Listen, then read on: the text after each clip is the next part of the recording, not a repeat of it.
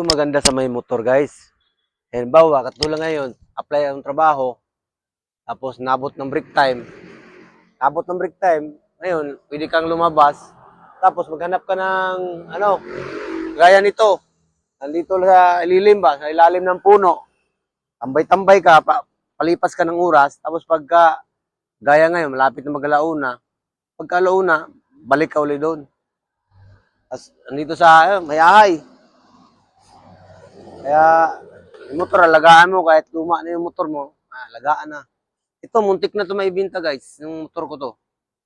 Halos 2 beses na sanang i-attempt na maibinta, may buyer na, may pumunta na sa bahay. Pero, hindi talaga pinayagan ng ama na mawala sa akin to. Kasi kung mawala to sa akin, baka hindi na ako magkamotor dahil